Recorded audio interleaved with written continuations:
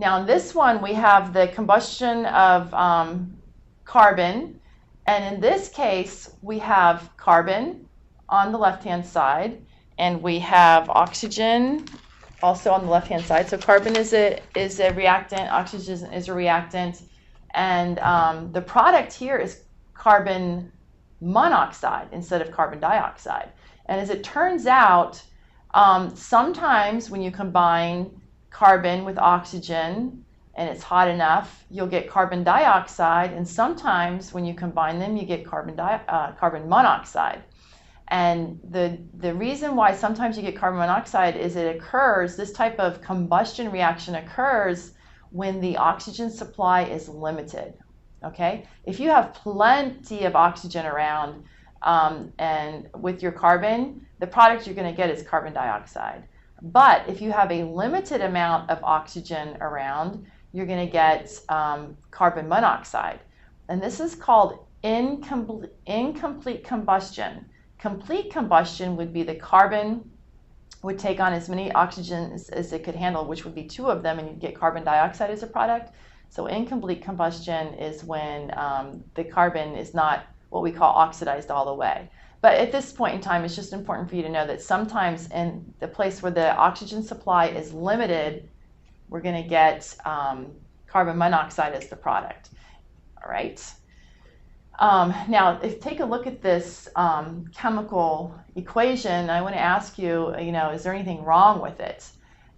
If you model it, you would model this as, okay, I've got 1 carbon atom, and I've got an oxygen molecule, and then over here I'm making carbon monoxide.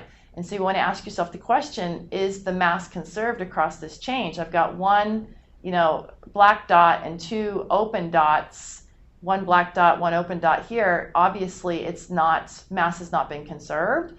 And so in order to model this properly, you need to balance it with coefficients, the number out front. So in this type of a chemical equation, really what you're going to have to do is recognize that because you have the 2 oxygens here and only 1 oxygen here, you're going to have to put a coefficient 2, which means I make 2 carbon monoxide molecules every time I react carbon with oxygen in a limited oxygen supply situation.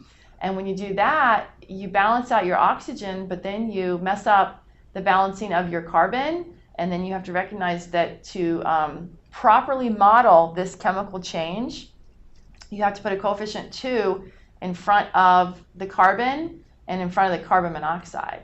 And so this is a nice model here where you can see why you have to use those coefficients. So the big 2 out front here indicates 2 of those species. All right, the little 2 down here in the subscript indicates in this particular pure substance, I always have 2 oxygen atoms chemically combined. All right, so the subscripts are defining the pure substance. The coefficient, the big number in the front, is telling me how many of those pure substances I have in a balanced chemical change. Okay, so you just want to make sure you've nailed that concept. Okay, let's see. Here's another example. All right, here's one. This is also a combustion reaction. I have an element, in this case, combining with oxygen to give me a product. This one's called nitrogen monoxide. The common name for it is nitric oxide. You may have seen that in the news or heard that word before. That's the common name, but you don't have to memorize the common name. I'd be happy if you just call it by the systematic name, nitrogen monoxide. All right, so try to model this one yourself.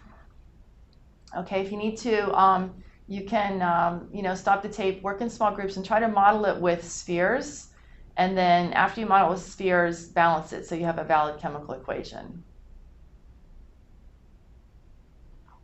Okay, so after you've tried it with your classmates, if you model it first as is, you can say, okay, I have a